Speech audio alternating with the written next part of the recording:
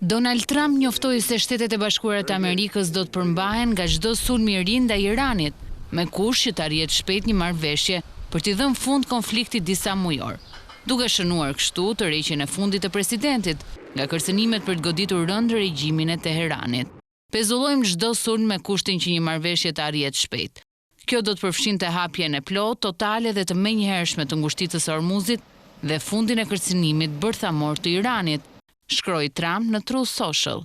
Sipas raportimeve të disa mediave ndërkombëtare, princi i kurorës saudite Mohammed bin Salman i telefonoi Trump të shtunën për të shprehur shqetësime në lidhje me planet e tij të sulmit.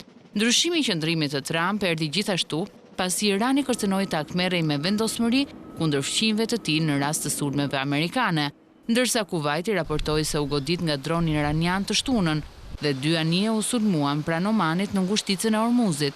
Agjencia Axios, duke ju referuar burimeve të besueshme, ka zbuluar detaje nga telefonata Trump-Muhammad dhe ka theksuar se princi i kurorës saudite i kishte kërkuar Trumpit të ulte tensionet dhe të përmbahej nga nisja e sulmeve. Associated Press raportoi gjithashtu bisedën duke cituar burimet e veta.